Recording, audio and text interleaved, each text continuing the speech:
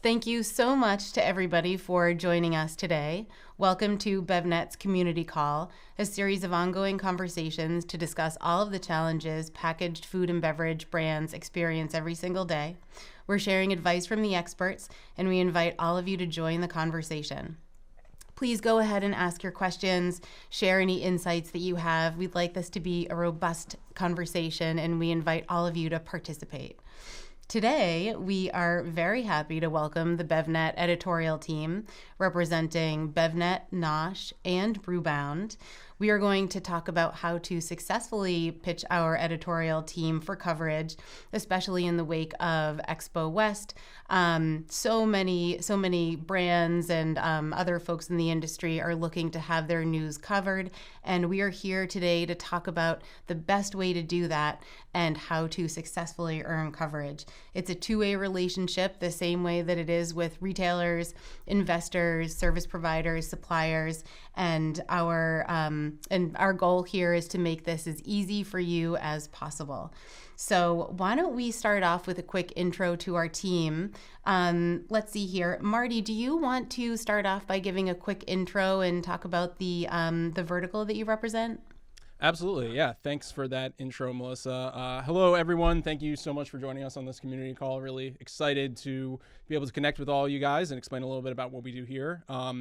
My name is Marty. I'm the managing editor at BevNet, and my sort of area of coverage is mainly the BevNET.com website that you guys hopefully visit every day, and the magazine that we put out 6 times a year. So I sort of lead the really the editorial output on that in terms of what stories we cover, editing those stories, really putting everything together for the website, which really includes all our news content, as well as the magazine, and sort of leading our coverage outside of that in terms of events and things like that. So I work really on the BevNet side of things and covering non-alcoholic beverages and spirits. And then I work closely with Carol as well on the NOSH side and sort of helping put those things together. So yeah, managing editor, a little bit of everything, and just really sort of putting together that daily content that you see on the website every day. Thank you so much, Marty. Carol, why don't I turn it over to you? Can you give a quick intro and talk a little bit about NOSH? I'm Carol. I'm the editor of NOSH. As I joke, it's everything you can chew or put in your food, or, not an RTD.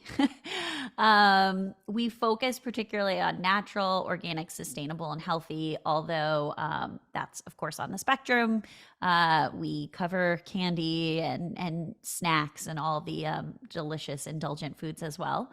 I am responsible primarily for content on the website, as well as our live events, and now the NOSH podcast, which, if you haven't listened to, little plug, we're on our 19th or 20th episode, I think, and we just released a new piece of content today. It's great. Some awesome tips around taking investment and managing your board members. Yeah, so that's a little bit about NOSH. Thanks so much, Carol. All right, Jess, I'm going to hand it over to you. Could you talk a little bit about your role at Brewbound? Yeah. So, hi, everybody. I'm Jess Infante. I'm the managing editor of Brewbound. Brewbound is BevNet's beer-focused vertical. So we cover, really, we've expanded into all across beverage alcohol, but we started with a focus on craft beer. We also cover larger brewers, RTD brands. Basically, if it comes in a can or a bottle or in a keg and it's got some alcohol in it, we will write about it. But like Marty and Carol's teams, we do daily news coverage on our website. We also have a weekly podcast. We just celebrated our 100th episode in our current format. In addition to that podcast, we do monthly videos. We have 2 branded video series, one called Data Club, where we break down, relevant information from data experts across the beer industry. Recording another one tomorrow with the team at Arrived, which provides brewery tap rooms with the point of sale systems they need to run their businesses. We also have a series called Frontlines, which is all about, monthly news topics concerning mostly craft brewers. We've also got live event series called Brew Talks that happens throughout the year, usually in conjunction with large industry events and our conferences as well. Fantastic. All good, fun stuff. We all feel super lucky to be doing what we're doing. Why don't we start off by talking a little bit about the difference between trade and consumer-facing editorial content. So our audiences across all of the verticals that our team mentioned here are focused on the trade. So our audience is comprised of investors, brand, service providers and suppliers, retailers. And our goal is to provide clear and consistent communication that sort of helps inform all of those folks about the news that goes on in those industries. Why don't we start off by talking about what we cover and what qualifies as news? Let's see, Marty and Carol, can you talk a little bit? And actually, Jess, this is where this is sort of the same across some of the verticals. Some things are different, some things are the same. But I think that the content that qualifies as news is actually pretty much. We have a lot of parallels across those verticals. Marty and Carol, could you talk a little bit about what qualifies as news for Nosh and BevNet? And then Jess, if you want to jump in and talk about how it's the same and how it's different. Sure, I can jump in there just to start. I think when we talk about news, which is really sort of, again, it's not going to be dissimilar to how you would interpret that on another publication or platform, whether it's the New York Times or TechCrunch or something like that. The news is really sort of the daily goings on of what's happening in that industry and sort of keeping the reader up to date with timely, time-sensitive things that are relevant to that industry. So when we think about news, it usually has the word new maybe somewhere involved in there. So maybe you hired a new CEO. Maybe you got new distribution. Maybe you're releasing a new product. Maybe you've got a new name or a new brand design. All things that are sort of tied into a specific sort of reveal or a time-sensitive thing where it's going to be more relevant today or this week than it would be in a month or 2 months. Those are the kind of things that we consider news. And just adding on to what Melissa said, we are trade focused. We cover this industry specifically and really exclusively. So, we're always looking for new things and things that maybe are again, not super relative to the non-trade audience would be relevant to us. And the same way that some things may be relevant to the consumer audience that wouldn't be relevant to us. So we're looking for things like did you hire somebody new? Did you buy 3 new refrigerated trucks that expand your fleet? Kind of, we're interested in those kind of pieces of information that are really relevant to the industry and business. And that's the kind of thing that we're keeping track of every day. So yes, things that are timely and things that are sort of being revealed for the, kind of first time, that would be considered news. And then we're obviously interested in hearing more about sort of things that you're working on and stuff like that. But in terms of that stuff that is really, again, considered news, it would be most likely timely information, I would say. So when you say things that folks are working on, how does that fit into sort of a publication schedule? If we have a brand who's got some things going on, but perhaps it doesn't quite qualify as news yet, what's the best way for that organization to get in touch with us and let us know about it? Assuming that it may not be newsworthy at the moment, but that things are building. I mean, you can certainly always submit news via our news submission page on the website. At the same time, if it's not urgent, I think at least for Marty and I, you can always shoot us an email, especially if it's not like a formal press release and it's, hey, we're going to be hiring someone new. Just want to let you know, especially for me, sometimes people will say, we have this big news coming. When should I reach out? That sort of relationship. The other thing I'd say is, I'm always happy to receive an email, even if you're not sure if something's news. You can always shoot me a note. Even if we don't cover it as news, right away, it might lead to a story in the future. So maybe you launched a new, lemongrass SKU. Well, I might not write a whole story on you launching a new lemongrass flavored product, but hey, if I see 10 lemongrass products launching, then maybe I need to circle back and look at this flavor trend and what's going on. So, it may not be something that we can jump on right away in terms of what Marty was saying about the timeliness, but it is something that's still good to let us know. especially if it's, a trend in flavor or maybe a trend in functionality, or even, hey, we're not going to cover you hiring this new VP right this second, but hey, in 2 months, we've seen you send us like a bunch of new hire announcements. Maybe we need to delve deeper and do kind of more a profile of your company. So what you're saying is developing a relationship by sort of keeping in touch via email, as well as using that new submission page on all of our websites, is a good way to sort of keep our team on top of what's going on and kind of helps build the story slowly. Yeah, definitely. It doesn't have to be something that's, super timely and relevant. That is the only reason why you should be reaching out to us. Great. Jess, anything you want to add on to that from the Brewbound perspective? Yeah. So our industry operates a little bit differently. The nation has almost 10,000 craft breweries, and they're all releasing, a new beer a week. So we can't quite keep on top of those, one-off taproom releases. But if you've got something that, is going to be a year-round product that you're sending into distribution, that's absolutely interesting, and we would want to know about it. We can't cover all of them because, again, there are just so many. But, the beer industry kind of operates on like two key occasions throughout the year, fall retail resets and spring retail resets. So leading up to either of those, whenever you're ready to announce a new product to us, we'd love to hear it. I think to the point of what we don't cover is, sometimes people will pitch us, they're launching a promotion in store, or there's something really consumer facing, like, hey, if you're writing a story about top 10 frozen pizzas for National Pizza Day, while I at least personally still appreciate, hey, maybe there's a brand I've never heard of, that's not something we're necessarily going to cover because we're not, a health or a Real Simple or something like that. We're not consumer facing. And we may not be able to respond to every pitch as well, especially ones that aren't really applicable at the time to our publications. Great information. All right, perfect. Well, thanks so much for that. Let's dive a little bit into BevNet's journalism standards and, how we go about covering the news. We don't have a pay-to-play option, which, separates us from some of the other folks in the space. Let's talk a little bit about that. We don't know affiliate links. We don't have any paid reviews.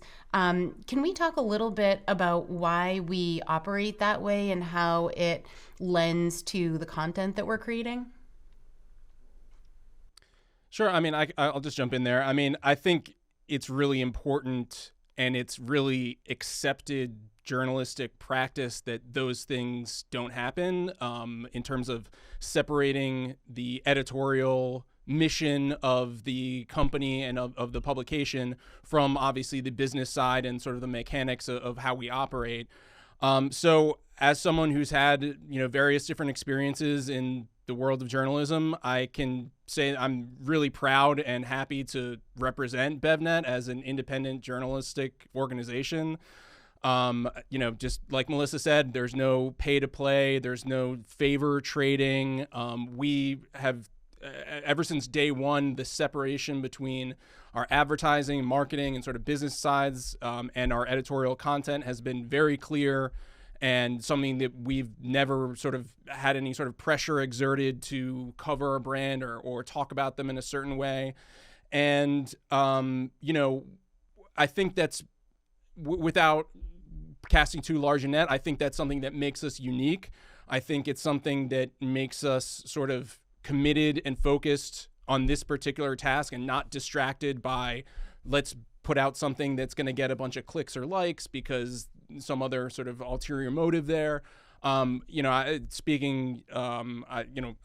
feel confident speaking with on behalf of Carol and Jess on this, is that like this is what we do every day. We're committed to it. We don't, we're not sort of doing deals on the side or anything like that. Like we are writers and reporters working hard to really bring you the best content every day. And thankfully, the business and the company has been structured in a way that allows us to do that and continue to grow as we've brought in more sort of editorial resources to continue that mission. So yeah, I'm really proud of the work that we're doing, and I think it stands us apart. And that really levels the playing field for smaller organizations who are just coming up and don't have the money to pay for coverage. For us, it really doesn't matter if it's a good story, if it's pitched in the right format, then and if it makes sense, then it's something that we can cover. There's no barrier to entry in terms of from a cost perspective. I'm sure our sales team, though, would love us to mention, though, that, we do have advertisements on the site. Yep. Or ways to connect with our audience. And I know Melissa, Marty and I are probably not the best, and Jess are not the best people to ask about that, since it isn't something we work on. So often I'll refer, people who ask about that to folks like Melissa, and I'm sure you can help connect them to the right people on the sales side. Absolutely. Feel free to shoot me an email, mtravers@BevNET.com, anytime you have a question about that or anything else. And let me take a quick opportunity to say, if you're just joining, we would love for you to be part of the conversation. If you have any questions about anything, or if you'd like to offer any insight, you can go ahead and raise your hand using the reactions button, or you can throw any questions that you have right in the Q&A and we can take them there. All right, let's move on to what makes a winning pitch and how to win coverage. I know we sort of set the stage so far, but the basics, how can brands understand, and service providers, suppliers, everybody, how can they understand what the perfect format for a press release is? And can we just revisit where they submit that to again? Yeah, I mean, I think the real quick version of that would be, there's kind of a accepted press release format that you'll find, on most all press releases. And some of that stuff is pretty simple, like putting a date line in the front and sort of having a clear statement of what the news is. It needs to be written out versus, a bullet point or kind of thing like that. It should have basically some format there. And again, really, I think I would recommend that people spend a little bit of time checking out the Submit News page, which goes into more of the specifics about sort of the things that we do accept and the things that we don't accept. Off the top of my head, I mean, awards being one that's frequently one that we see where you may have won a award from another organization, but that's not something that falls into our editorial guidelines. So that's not something that we would post. Things like, we don't cover wine. There's various different things there that it's sort of help guide you in terms of what's acceptable or not in a press release. So yeah. And I think in terms of crafting a good pitch, I think part of it starts with, you should probably ask yourself, what is your sort of goal with getting coverage in BevNet? Again, we are a trade magazine, so if your goal is to put something right in front of the consumer or engage with them directly, that may be not the best fit for our publication or our website. If you are looking to, speak to something of a specific business topic, that might be something that is a lot more relevant in terms of a pitch. Do you have sort of people in mind within your organization who would be good to speak to about this? Oftentimes, I'll do some outreach and I'll ask, hey, can I talk to someone about this? And then we have to sort of figure out who would be the right person or whatever. It's great when I'm approached by people and they say hey, I have my new R&D specialist who just came over from here. You definitely want to talk to him and the CEO or whatever the case may be. So sort of thinking about who might be the person to liaison and talk directly with the media is always good to come up with. It's just as a general thing, I would say think like a journalist if you can. I mean, we're always thinking about, what's the lesson or what's the sort of greater impact on the industry, or how is this story going to be relevant to people who work in the industry who are maybe in a completely different category or product. How can they still learn maybe something from your experience? What is just going to make this something that captures people's attention? I mean, these are the things that we look for as journalists, in addition to the business and part of it. What's going to sort of attract people, and what's sort of unique about your story that you bring to the table. So I know that's kind of a lot, but happy to sort of field any questions more specifically as well. So No, I would add to that, sometimes we'll get some press releases that have like a million things going on in them. It will be like, hey, we've got a new beer. We collaborated on this beer with, this group from our community. We're going to have a release party. Also, we're going to have this new beer next week. And then we're going to have this event the week after that. And it's just try to narrow that down to one thing. Think about it. You only get a reader's attention for a short period of time. So if you want somebody to come away knowing one thing from your press release, make sure that is in the headline at the top. And it's really as zeroed in on that as you possibly can be. It's almost like thinking about your package design where you only have so long for someone to look at your product on shelf. You only have so long to capture someone's attention with a press release.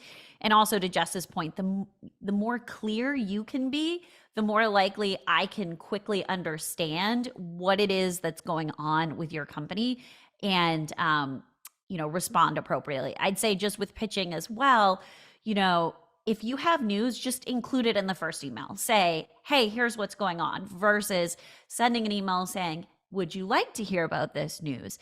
Removing those layers of friction again and capturing the attention quickly is really important, particularly in periods when we're really busy, like Jess, maybe during those reset seasons or before Expo West, and we're receiving a lot of this information quickly. Some folks will also include a press release, but then mention at the top why this is so important to them. So this is the first time we're moving into retail from D to C. Here's the full release. That's a great way to go about it as well. And on our new submission page, you can submit notes in addition to just the formal release. And that kind of gives us a little heads up as well. Other things we don't typically cover press release wise is, one of note is like informational press releases that are, hey, we're food brand X, and that's it. Like it needs to have some sort of news to it. What I'm hearing from all of you is if the entity pitching the news can put themselves almost in an editor's shoes, that will certainly help the cause. Yep. We have a question from Rachel Robbins. Rachel, you want to know what the best strategy for companies who are offering grants or things of that nature to our audience to get out the information. To our team, is there a place for organizations who are offering grants or some sort of financial subsidy? Is there a place for that in our news cycle? I don't believe we have a specific area where those things are sort of a home for them. But I think in terms of getting the information out, again, I think press release is maybe the way to go there, because that again gives the person control over what the information they want to be relayed. We try to make it as efficient a process as possible in terms of allowing you to upload the content and us getting it on the site as quickly as we can. But again, those are going to be sort of more in the vein of announcements and things like that. So if this particular grant has news to share or sort of something they want to share with the public, that's a great place for it to go, and it will definitely get seen and get traction there. If there's anything more specific to that, I would maybe reach out and ask an editor. But we don't have a specific place on the site where those live full time. And some of those we don't cover exactly. So I would definitely take a look at the new submission page and review it. For example, if it was like, we're doing awards and the awards come with a grant, that might not be something we cover. I think more often than not, in terms of news coverage, we tend to cover once something's been announced. So, for example, we had an incubator this week that did their first food and beverage version of the program. We never covered that they were looking for new companies. However, once they had accepted those brands, that was something that had a little bit more of that news hook because it's a broader sort of lens that we could apply to it. Jess, but you're a little different, I think, in that you do have some events coverage more specifically. So we do cover events, but Brewbound also has the beer industry calendar, which you can submit events to, which also has, free and paid versions of it. So we don't actually accept press releases to our newswire that are only about events because of the calendar, but we do have a few organizations throughout the beer industry, and this has really ramped up in recent years, that are doing scholarships. So there's a lot of scholarship funds out there, and we are always happy to publish those press releases. Many of them are aimed at getting education funds into the hands of people who are typically not well represented in the beer industry. Fantastic. Thank you so much for the question. We have another question here from Emily Bowman. Emily wants to know if we could give an example of an intro to a pitch that's really caught our attention. So an example really of something that we've been talking about here. So Emily's wondering if it's worth noting that they've kept up with the journalist coverage. Is it a timely trend? Or can you give us an example of an intro to a pitch that's really kind of caught attention? I don't.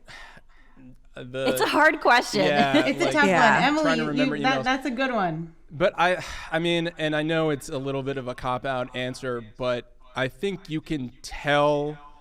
We all get a lot of pitches from publicists, from brands, from all sorts of stuff like that, and you can quickly tell who are the ones who have done a little bit of research, basically, and have basically just been thoughtful about what they're writing. Mm-hmm. I've gotten pitches from publicists to cover a brand that we covered the previous week, or something like that. So that kind of shows me that you're not really following our coverage. A trend is always interesting. Maybe there is something to there, but you can kind of tell when they're citing maybe information or other resources to back that up versus I just want this to be a trend so my brand will fit in with this kind of coverage type of thing.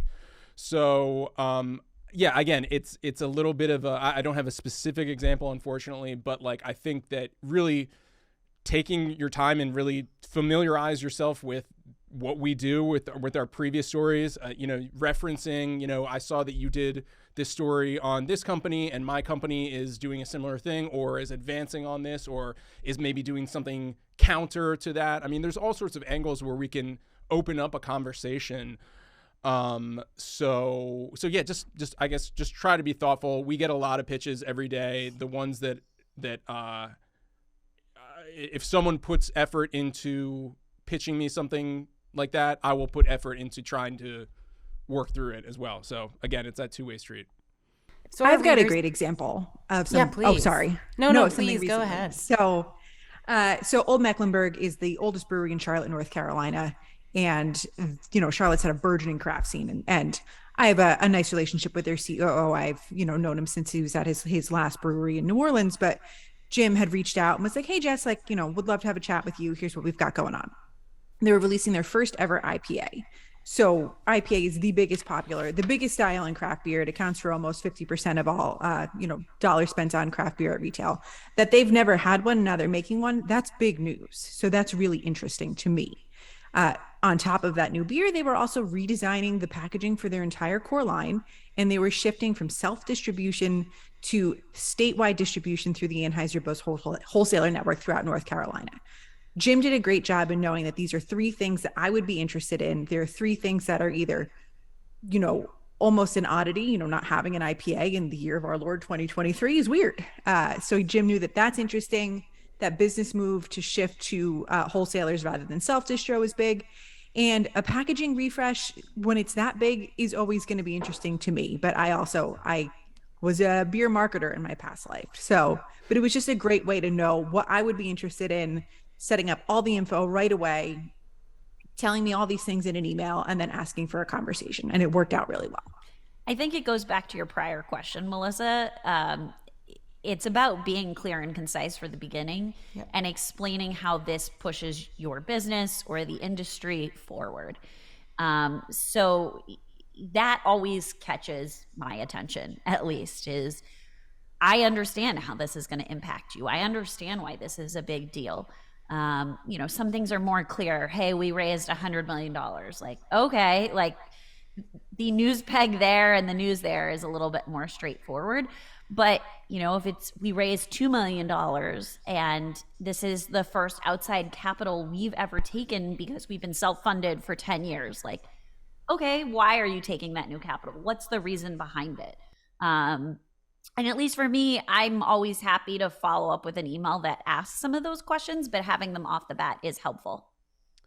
Yeah, I would just add there, I think like there's certain things that are almost like little light bulbs that go off over writers' heads when they can sort of like steer their way into these things where it's like Carol said, there's the news. Obviously, you're doing something, announcing something. But then, again, are you doing something for the first time? Is this a step forward into a new phase of your growth or new part of the business or new whatever? That's like an instant hook. Is this a revamp? Have you guys learned from a bunch of things that didn't work and now you're ditching everything and starting over and this different thing? That's also a great hook for writers, because we want to talk about what did you learn and sort of the transition and how is this new phase going to be different from the old one? Making a comeback, people who've left the industry and come back. All these kind of things they're almost like tropes, but they're like always things that were sort of other dimensions to the story that are interesting to us and really very interesting, I think, to people in this community. So that kind of stuff should, if that should sort of just put a light off in your head, because that's stuff that's interesting to us. That's sort of things that we can work a story around. The only note I would have is don't feel forced to do that, because, and be prepared that if you're going to do that and we cover it, you're going to need to answer questions about it. So, hey, here's what we learned from our packaging. A good example would be there was a brand and they launched a new product and thought they had to make a huge parent company. And then we're like, you know what? We realized we don't need a parent company. Like, we can just use the same brand for everything. If I talked to them and they were like, no, everything's great. Like, we just decided to redesign and go back to what we were doing because we felt like it. Like, that pitch wouldn't have made sense, and it wouldn't have had, like, I couldn't execute on that. But because they were willing to say, we thought we needed to do this, we overthought it, our consumers wanted X, Y, and Z, that's helpful. If it's pushing the business forward, you have to be willing to talk about what your strategy is, what your goals are, where you're going. Don't force it and say, like, if you don't have someone who can speak to that, don't force it, and just submit a press release about it. That's fine too. Also, if you're pitching for coverage and send a press release and I follow up, please answer. Like, I can't tell you how many times that happens. And it's like, you wanted me to write about it. Here I am. Like, I just along with that, if you send a press release and the person you reply to is going to be out of the office, make sure you have someone else who can answer that. That frequently happens. I've had it twice this week where I reply to a pitch and I get, hey, I'm out of the office for President's Day weekend. That's great. I totally support work-life balance, but make sure I have an alternative contact, and also make sure that you have, to Marty's point, a plan of how do I turn this around quickly? So, who's the point person on that team that has blocked out Friday for interviews? And I can just quickly say, they've got 10 a.m. open. Go. That's a great point, Carol. Thank you so much. I think we have time for 2 more questions. The first from CJ. CJ wants to know how we gauge success on something that we've published. Is it as simple as impressions? Well, I think one of the advantages that we have, or one of the good things that we have, is that we're really looking at the beginning for the quality of the story and the quality of the information. We're looking for stories that we feel good about writing and reporting, and obviously we want to do a great job, and we want everyone to read them. But I think I think the success or the growth of these kind of stories is a little bit organic. It's a little bit out of our control. Hopefully people share them. Hopefully it strikes a nerve with people, and we've seen, I think, good results in that. But I think I think to our benefit, we don't go into it thinking, hey, if I crack 200 views on this, there's my bonus or something like that. We're really just looking to write really good stories. That doesn't exist, by the way. Yeah, you don't get a bonus based on that. Yeah. Yes, no bonuses. But yeah, so I think we go into it trying to not sort of put those limits on ourselves, and kind of like what you said earlier, we don't look at a story about Coke as being more important than a story about a startup just because Coke is a billion-dollar, multi-billion-dollar company. They're both have to have sort of relevance and importance on their own terms, and we treat them as such. So we're not sort of gunning for any favoritism or anything like that. We're trying to do our best to report stories and keep people on top of the information that they need to keep on top of. And that's I kind of do love being first with the news, though. Yeah. I'm a competitive weirdo. I was going to say, if we had a minute, yeah. If we had a minute, I would maybe say a word or two about sort of shopping your news around. That is something that, I understand people do. There's multiple publications and stuff like that. And we could talk more about that, but I would just say be wary of sort of shopping your pitch to everyone and trying to sort of get in all these different places with these more or less the same kind of story. That's something that we don't really like. We don't really like having the exact same story as everyone else. I understand, for certain these coverage of new things, they're going to touch on similar stuff, but we, want to be different, and we have the ability to do that. And if you're having like all your stories showing up in all these different publications all the time, that might, that sort of disincentivizes us a little bit to go the extra mile to sort of unpack these things. So just be wary. I think it's not, all coverage everywhere is maybe not always the best for depending on what you're doing. So that's just a aside. I always joke with brands like I'm the person you can get really nerdy about, and those small wins or big wins that are so exciting to you, like Jess said, switching your distribution format, like the Wall Street Journal or New York Times may not care about that. I'm super excited about that. Tell me about that. And so that can be sometimes that unique point that you're selling or mentioning to us in the pitch. Yeah, I was just going to build off what Marty said, and something we had talked about yesterday in our prep call is know what the word exclusive means. Yeah. If you're promising me an exclusive, I expect that Brewbound is going to be the only publication with the story.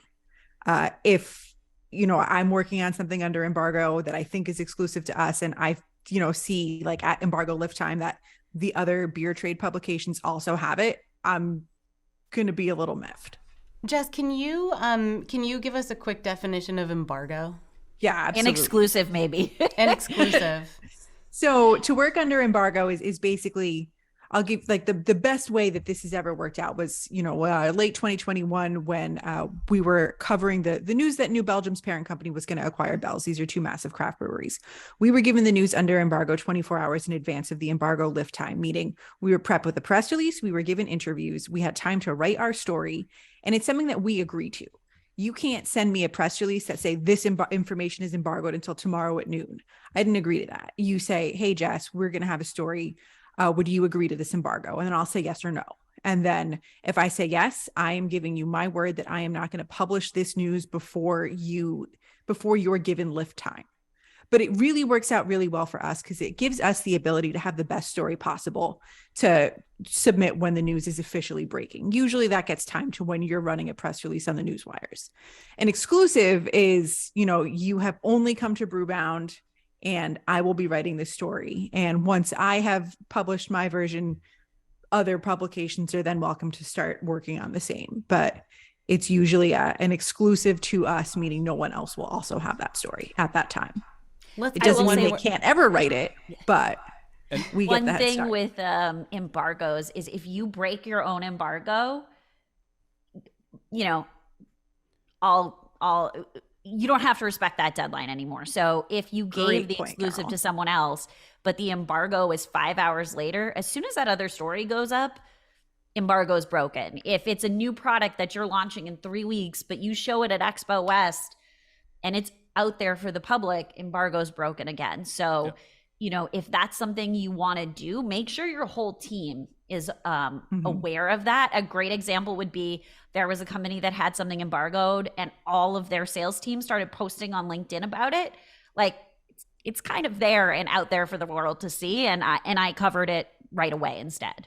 Yeah. And embargoes really should only be used for the biggest of stories. This is not something that, you're launching a new beer in your tap room next week. That's not really worth going through the trouble of setting this up.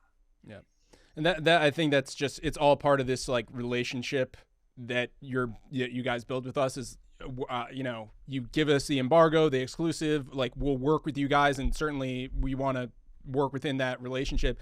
That also means that in addition to us respecting the embargo, like you guys have to make sure that it doesn't leak and all this kind of stuff like that too. Cause it's like, then if that comes out, like Carol said, it becomes harder for us to sort of, navigate the things that we can go on. So those are things that you just need to think about before you do it. Is this worth being an exclusive?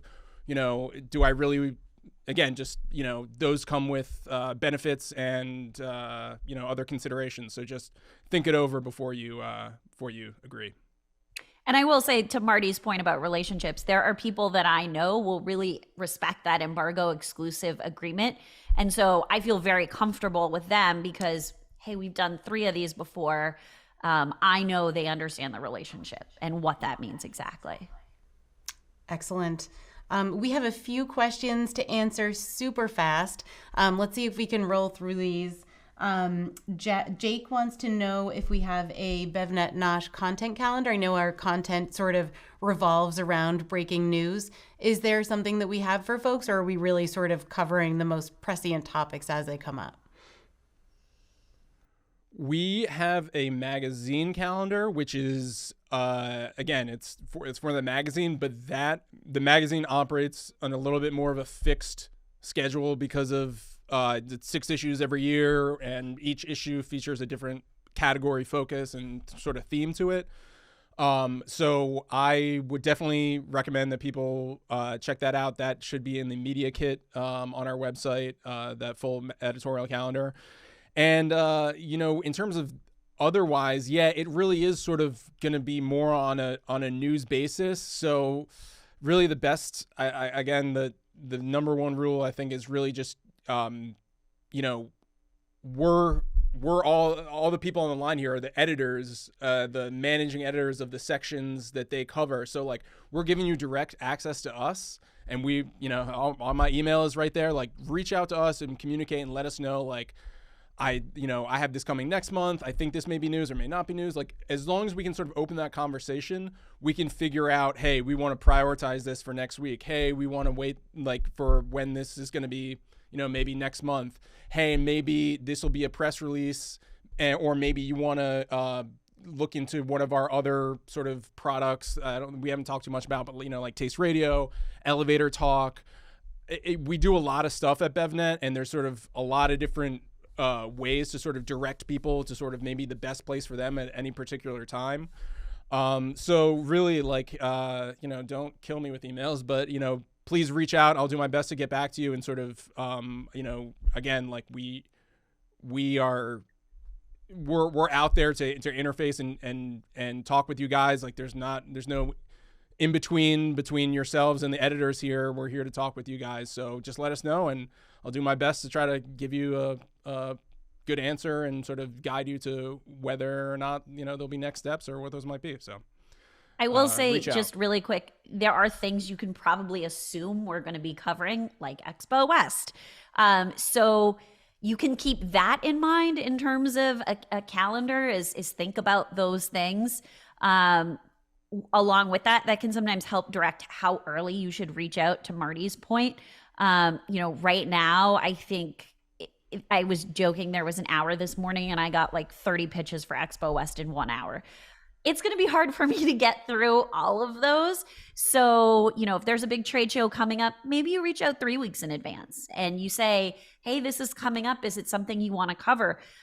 You don't have to wait right until that event is happening. And sometimes I even say for brands, it's better to reach out early, because then our coverage gets out, the buyers, all the people attending the trade shows see it. It gives them time to digest it. Whereas right now there's a whole lot going on.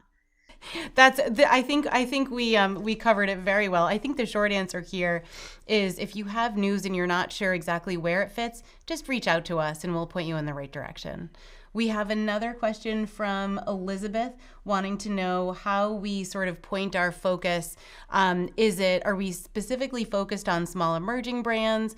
Is it larger brands? How do we mix up the attention that we give to emerging brands versus, much larger organizations? I think on the BevNet side, we definitely are very interested in emerging brands and trends and people who are, being disruptive and innovative. We're definitely, I think that's where we try to do a lot of our work and really what makes us stand out a little bit different. We do cover Coca-Cola earnings reports and sort of, goings on at the major companies and the strategics and stuff like that. We really want to give people as much of a comprehensive coverage experience for non-alc beverages and then now spirits as they can. But I would say that, when it comes to covering some of the larger brands, it's really kind of more, we try to sort of look in how that affects the independent community and sort of startup community. So like Coca-Cola is certainly relevant, but not so much, which new flavor they're launching as, are they ramping up their venturing and emerging brands division to invest in smaller brands? Are they pulling back from that? How are sort of the actions that they're taking with their manufacturers or distributors impacting the larger ecosystem that is going to have a knock-on effect to some of these smaller brands? So I'd say, yeah, definitely, we want to hear from smaller brands, emerging brands. There are definitely some brands that are too early for us to sort of report on. And again, that may be a situation where I would direct people to Elevator Talk, which is sort of a place where early brands can pitch a little bit about what they do. It might be something for a new beverage showdown. It might be something where it just could be a press release or something where we sort of have a conversation to start building a relationship. And then maybe in 6 months or later down the line where there's something a little bit more to report on, we can get into it. So that's one consideration. But in general, we definitely we want to hear from these brands. Like that's really where we see that's what gets us excited about writing about this industry a lot too, is really what's going on there. And if you are a small emerging brand, back to catching our attention with a pitch, what's really unique about your product? Are you the first person using this ingredient? There are sometimes like, hey, I was at General Mills and I ran this huge division and now I'm starting a startup. Like that's interesting because it allows us to give context to our readers about this is a brand that you should be paying attention to and here's why. Great stuff. That actually addresses a question that Roger had from LinkedIn. Roger, I think, so Roger has a brand that puts out organic cold pressed ginger and turmeric juice. And I think that advice is perfect for you, Roger. And I actually think an elevator talk would make the most sense. If you want to go ahead and shoot me an email, I can point you in the right direction. And, following all of the advice that Carol, Jess, and Marty have given around how to pitch for coverage, what qualifies as newsworthy, all of that will kind of help get you on the right track. All right. The one other thing too is Roger's question. I can see it as about finding a supplier. Pay attention to who we're writing about. If there's somebody else who, he's looking or they're looking for ginger and turmeric, reach out to Melissa and say, hey, I saw Marty wrote about this. Can you connect me to this other brand? Or do you know someone there? Or reach out to the brand directly. The industry is very warm and welcoming, BevNet or elsewhere. And just reading the coverage sometimes is a good way to find those suppliers you're looking for, even if we're not directly addressing it. Absolutely. Thank you so much.